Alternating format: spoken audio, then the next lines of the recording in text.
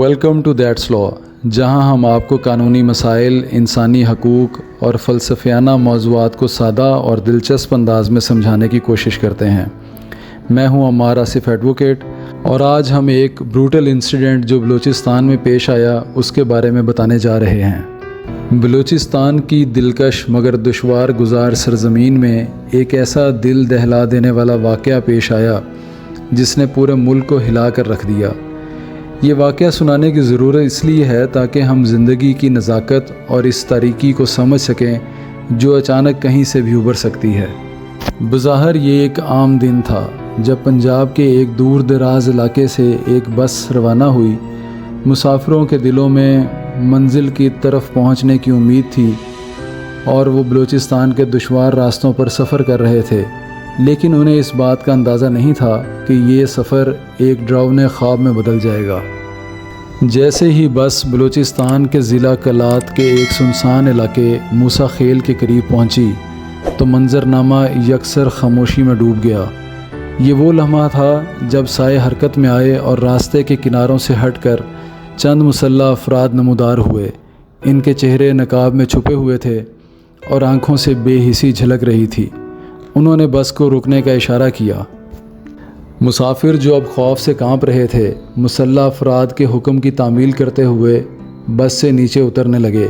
ان کے دلوں میں خوف نے جنم لیا جب انہیں احساس ہوا کہ یہ لوگ یہاں اتفاقاً نہیں آئے۔ یہ مسلح افراد جن کا مقصد قتل و غارت تھا، انہوں نے مسافروں کے شناختی کارڈ چیک کرنا شروع کیے۔ اس گھڑی کی سنگینی میں جب ہر کوئی اپنی باری کا منتظر تھا، یہ صاف ظاہر ہو گیا کہ پنجابی مسافروں کو نشانہ بنایا جا رہا ہے۔ ایک ایک کر کے پنجابی مسافروں کو بس سے باہر نکالا گیا۔ ان کی رحم کی اپیلیں بے سود ثابت ہوئیں۔ اس کے بعد جو کچھ ہوا وہ بربریت کا بدترین منظر تھا۔ ایک پرامن منظر جو کبھی زندگی سے بھرپور تھا، اب بے دردی سے مارے جانے والوں کی چیخوں اور گولیوں کی آوازوں سے گونج رہا تھا۔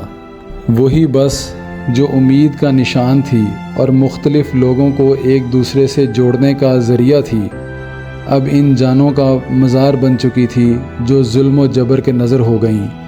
وہ لوگ جو کبھی اپنے خوابوں کے ساتھ جی رہے تھے، اب اس المناک حادثے کی یادگار بن چکے تھے۔ اس حملے کی خبر جنگل کی آگ کی طرح پھیل گئی اور پورے ملک میں غم و غصے کی لہر دوڑ گئی۔ حملہ آوروں کی شناخت ایک معمہ بنی رہی۔ جیسے وہ نقابوں میں چھپے ہوئے تھے، ویسے ہی ان کی حقیقت بھی اندھیرے میں چھپی رہی۔ لیکن ان کا یہ عمل ہمیشہ یاد دلاتا رہے گا کہ انسانی فطرت میں موجود صفاکی کبھی کبھار ایسے مقام پر بھی ظاہر ہو سکتی ہے جہاں ہم توقع نہیں کر سکتے۔ جیسے جیسے قوم نے ان معصوم جانوں کے ضیاع پر غم کا اظہار کیا، انصاف کی تلاش شروع ہو گئی۔ ایک ایسی تلاش جس میں مشکلات اور غیر یقینی کی صورتحال کا سامنا ہے۔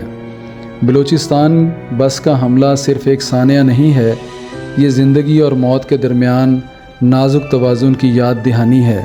ایسا توازن جو کسی بھی لمحے تشدد کے ہاتھوں بگڑ سکتا ہے۔ یہ دن ہمیشہ یاد رکھا جائے گا ان لوگوں کی یادگار کے طور پر جو اپنے پیاروں کو کھو بیٹھے ہیں، اور ایک ایسی قوم کے اجتماعی شعور میں جو ایک بار پھر انسانی بربریت کے گہرائیوں کا سامنا کرنے پر مجبور ہو گئی ہے۔ اگلی ویڈیو ہم اس موضوع پر بنائیں گے جس میں ہم آپ کو یہ بتائیں گے کہ پاکستان کا قانون اس کے بارے میں کیا بتاتا ہے۔